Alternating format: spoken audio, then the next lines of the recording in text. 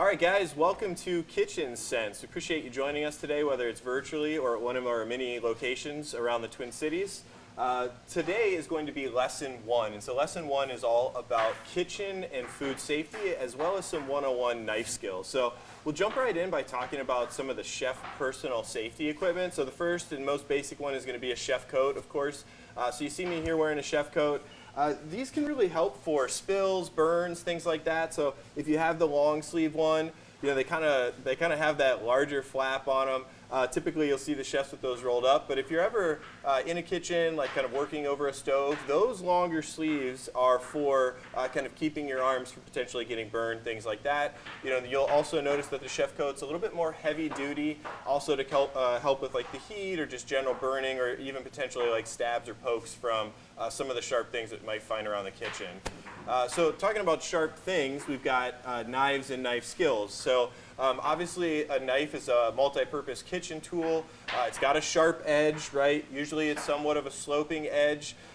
So these knives that you'll see around the kitchen, definitely an area of safety or, you know, a concern. So we want to make sure that everyone's properly prepared and trained on how to handle these knives, which we'll jump into later on as we work through this lesson.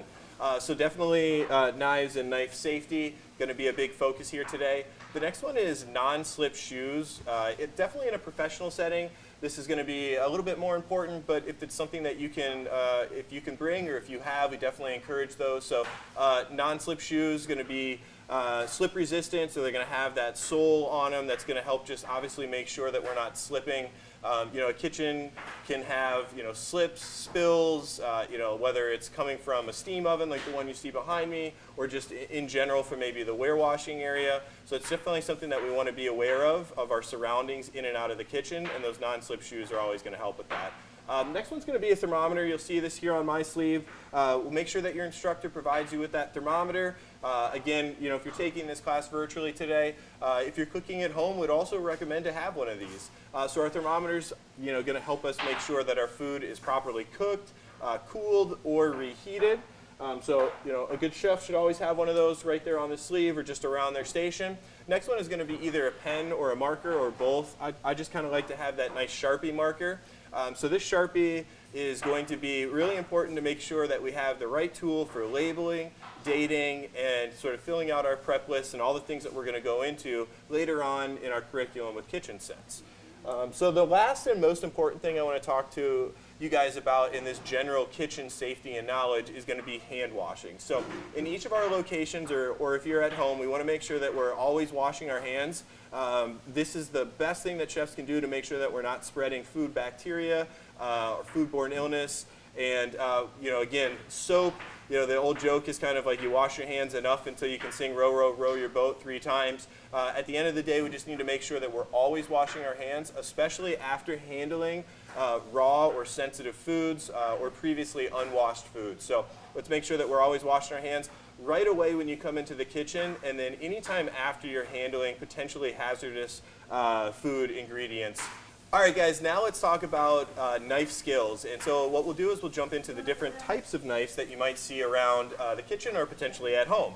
So the first one here is going to be a chef knife. So this chef knife, pretty classic. You've got obviously the handle there, and then typically this chef knife will be sort of a beveled edge coming to a point. You can find these anywhere from, like, you might have a smaller stub, like 6 to 4 inch chef knife, and then some of the larger ones can go, you know, all the way up to like 14 inches. Pretty standard, like kitchen chef knife is going to be around that 8 to 10 inch knife. That's what you're kind of seeing here. And this is the workhorse of the kitchen. So this is what you're going to be using, say 80% of the time. It's going to work for almost all the knife cuts. And, you know, this is one that you really want to practice with and become proficient with your knife cutting skills that we'll also practice here a little bit later. So that was a chef knife. The next one is a paring knife here. So paring knife, you know, is kind of that small, you know, tight work, whether you're just peeling something or potentially just have some really tight knife skills or knife work to do. That paring knife is going to be it, you know, maybe coring out a strawberry or something along those lines. You know, obviously a much smaller blade, but the handle, you know, you're able to kind of get in and get out. So that's our paring knife there. The next one is going to be a bread knife or a serrated knife. And so, you know, obviously the serrated edges there, as we look at, that's where that serrated knife comes from. So those teeth that are in that knife, those are going to help you for like cutting bread, obviously with the bread knife, or potentially like tomato, things like that. And again, this would be an offset bread knife. You might see this knife with a straight edge as well. So that's our serrated knife or our bread knife. You know, we've got a few other ones here. This one is what's called a santoku. So this is nice for like cleaning vegetables. It's a version of a chef knife here, and it's got some of these beveled edges in it that will just help some of the vegetables or potentially like sticky products slide off of the knife. So if you're ever cutting and some of those things are getting stuck at like the blade of the knife, this would be a good knife to maybe sub in on that particular job. So that's a santoku. Again, a sort of a hybrid of a chef knife. And then kind of the big guy here, this is the cleaver, you know, or just like your workhorse for generally like protein cutting, whether you're deboning a chicken, things like that. That might be, you know, kind of that knife that you want to put a little bit more effort into. This, you know, obviously heavy duty, can cut through bones, things like that. You probably won't see these in a lot of kitchens, but definitely one that you might come across, and wanted to make sure you guys knew what that was. And then the last one here that I'll show you is a boning knife. And so this boning knife is going to be exactly as kind of described. It's going to be for deboning chicken, potentially some really nice protein work, whether you're cleaning a fillet or whatever you would come across. This boning knife, or sometimes you'll see a flexible boning knife. This one is a stiff. It still has a little bit of bend in it, as you can see, but the flexible boning knife will have significantly more. You might use something, or you might use that on something like filleting a fish or something along those lines. So we know what types of knives we have, or we might see across the kitchen now. Let's talk about how we should properly hold a knife and some of the knife skills. And so we'll get out our chef knife here, and we're going to talk about how to hold a knife. So each knife is going to have obviously the blade and then sort of the handle. That point where it comes together is where we want to start our hold for the knife, and we're going to pinch kind of that intersection of the blade and the handle right there, and that's going to be typically on a nice knife pretty close to that like balance point of the knife, as you can see here. But when we go for that pinch, the next move is, you can see as we're pinching that, we kind of have this spot in the palm of our hand that looks like it's just kind of a cup ready to grab that handle of the knife, and that's where you want to let that knife just sort of gently fall into. And once it kind of gets into that spot that wants to naturally sit there, you're just going to wrap your remainder of your fingers sort of around that handle. Now, we don't want to be squeezing the knife. We just kind of want to be gently holding the knife with most of our support coming from that beveled edge. So again, like you're kind of holding the knife in that midway point, that balance point, but you're securing the knife and sort of keeping it nice and stable, but gentle with the rest of your fingers in that palm of your hand there. So when we look at this hold correctly, if you kind of look from above, what you see is that the knife should really be an extension of your arm. So, you know, as our arm kind of comes down, we want that blade to sort of be an extension. If we're holding it like this, that's just going to, you know, cause us a little bit of heartburn when we get into some of the knife cutting skills in a little bit here. So again, like you'll know you're holding it correctly, right soft gently in that palm of your hand, if you see that nice extension. And so this is kind of that point where we want to be at when we're holding a knife. Right? And then the next thing is, how would we address some of the things that we're going to cut? Typically, you know, you want to have kind of, to keep that back posture in a good spot, you want to have your heels kind of touching together with your feet out. That's going to help you with your posture, and, you know, if you have a long prep item, you know, potentially a little bit of lower back pain. So you want to get that item just below your eyesight with that proper posture. Again, you're holding that knife kind of like this, and you want to address that item at a 45-degree angle. And so we're kind of coming at our product underneath our eyes at that 45-degree angle. And that's where we're going to start to address some of the knife cuts and some of the things that we'll get into here in a little bit. But before we do that, now we know how to hold the knife. We know how we want to address our items when we get into cutting them. The next thing is, we got to make sure that our knife is sharp before we start to use these knives. And so depending on whether you're at home or again at one of our many locations, you might have a bunch of different versions of ways to sharpen a knife. What I have here today is a whetstone, and so this is basically just like sandpaper for a knife, for lack of a better term. So it's got a couple of different grits here. I've got 1,000 and 400, and if you do have this sort of classic sharpening stone, you're simply going to take the edge of your knife and you want to hold it at about a 45-degree angle, and we're just going to kind of go back and forth and back and forth, and we're really just honing in that blade. And then as we go from the lower grit to the higher grit, or I'm sorry, from the higher grit to the lower grit, we'll just start to refine that edge and that blade just a little bit more. So you would simply just flip over, and we would go to our lower grit, and then again back and forth, trying to maintain that 45-degree angle, pushing gently with the knife and making sure that we're covering the whole distance of that edge or that blade. So nothing to be really scared or intimidated by there. Certainly there's some other electric versions that might sharpen the knife where you just kind of run it through. That might be a little bit easier, but definitely check with your on-site instructor at each location to see how they're sharpening those knives, because having a sharp knife is definitely a key part of being safe and conscious about knife safety. A dull knife will cause much worse cuts than a sharp knife, and you really don't want to be around a dull serrated knife when that cuts either. So now that we've got a sharp knife, we're going to talk about some of the different knife cuts and the basic knife cuts that we'll practice today, whether again at home or in one of our locations. So you should have a handout here, and in that handout is going to be a couple of different knife cuts. So again, we've got our handout there, but the main knife cuts that we want to talk about are going to be kind of like the big classic ones. We're going to talk about dices, which are going to be typically in small, medium, or large dices. Typically small starts at about 1/4 of an inch. Medium would be 1/2 inch. Large would be about 1 inch. And so, again, if you're in one of our locations, you might hear the chef say, "Hey, I'd love for you guys to do a medium dice on those onions for me." And having not only the awareness of how to hold the knife, but what that kitchen lingo is, and what kind of knife cuts or execution, whether it's from a recipe or again from the on-site chef, is going to be very important. So that was dicing. Julienne is going to be the next one, and so julienne is kind of just a fancy French way to say thin strips. And so typically a julienne might look like a matchstick. So it's about 1/8 of an inch by 1/8 of an inch, and usually about 1.5 inches to 2 inches in length.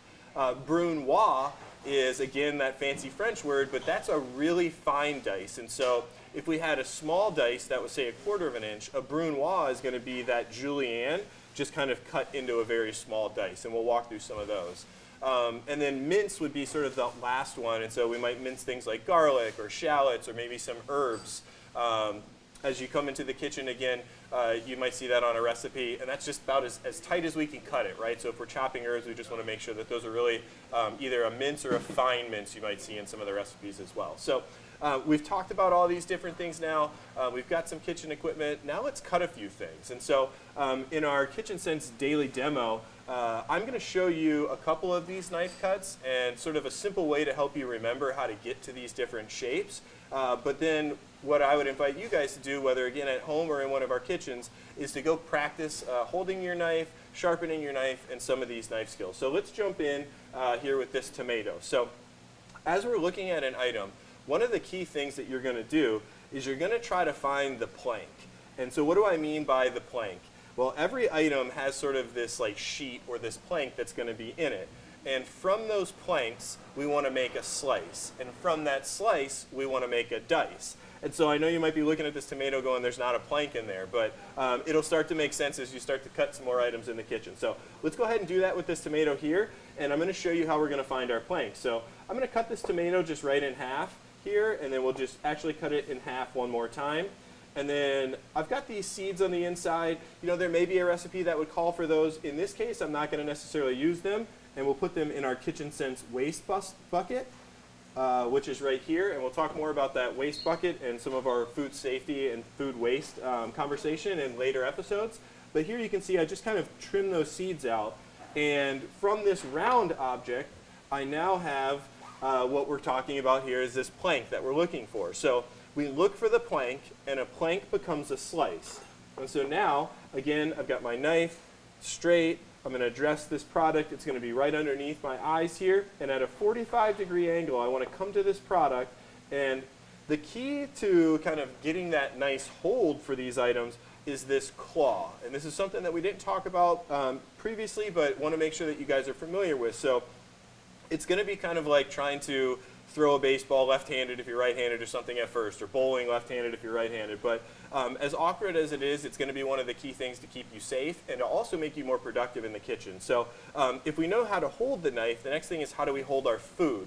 And so again, that's that claw. And the key here is that we want to make sure that we're holding the items kind of with our back fingers, and then we have sort of this middle knuckle that is going to be where the blade of the knife sits on. And you can actually see, you know, this is a little bit more of an extreme version of it, but you want to try to bend that knuckle so that you get that good clearance. And as we hold the items, you know, in theory, everything that's behind this knuckle is now safe. And so, you know, where you get in trouble is, you know, if you're holding something or you're just kind of like not really holding it all that well, and that thumb creeps out or just that other finger creeps out, what this claw does is keeps everything behind. And so that's where, if you ever seen the chefs and they're kind of chopping onions and doing that whole thing where they're not looking, that's because they know that they've got this grip and that everything behind that knuckle is safe, and, you know, obviously they're going home with all their fingers they came with. So that claw is definitely something you want to practice. I'm going to implement that here. Again, food underneath us. I'm holding the food with these back fingers, securing it on my cutting board,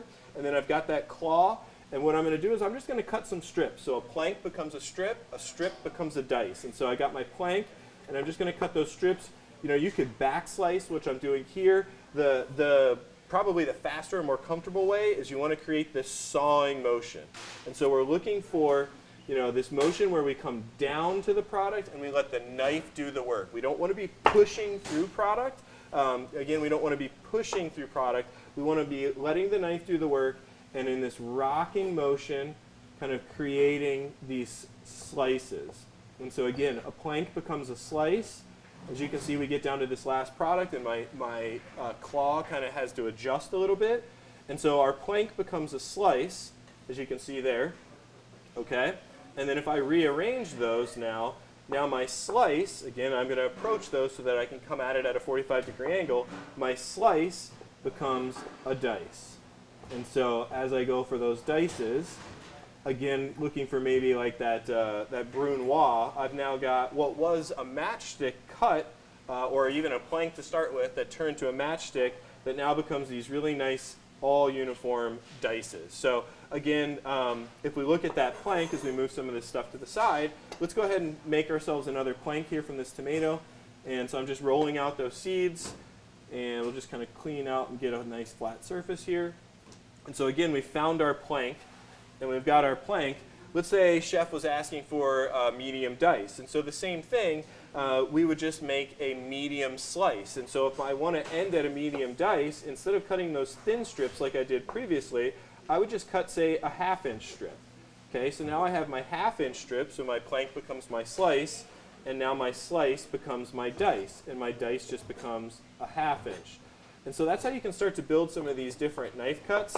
And so again, you've got sort of that plank, the slice, or the julienne. You might even see like a julienne fine or a julienne fine, which is going to be that really small. And then you've got your brunoise, your small to medium and large dice. So encourage you guys to jump into the kitchen and sharpen these knives and give these a try. And yeah, thanks for joining us today for Kitchen Sense Lesson 1.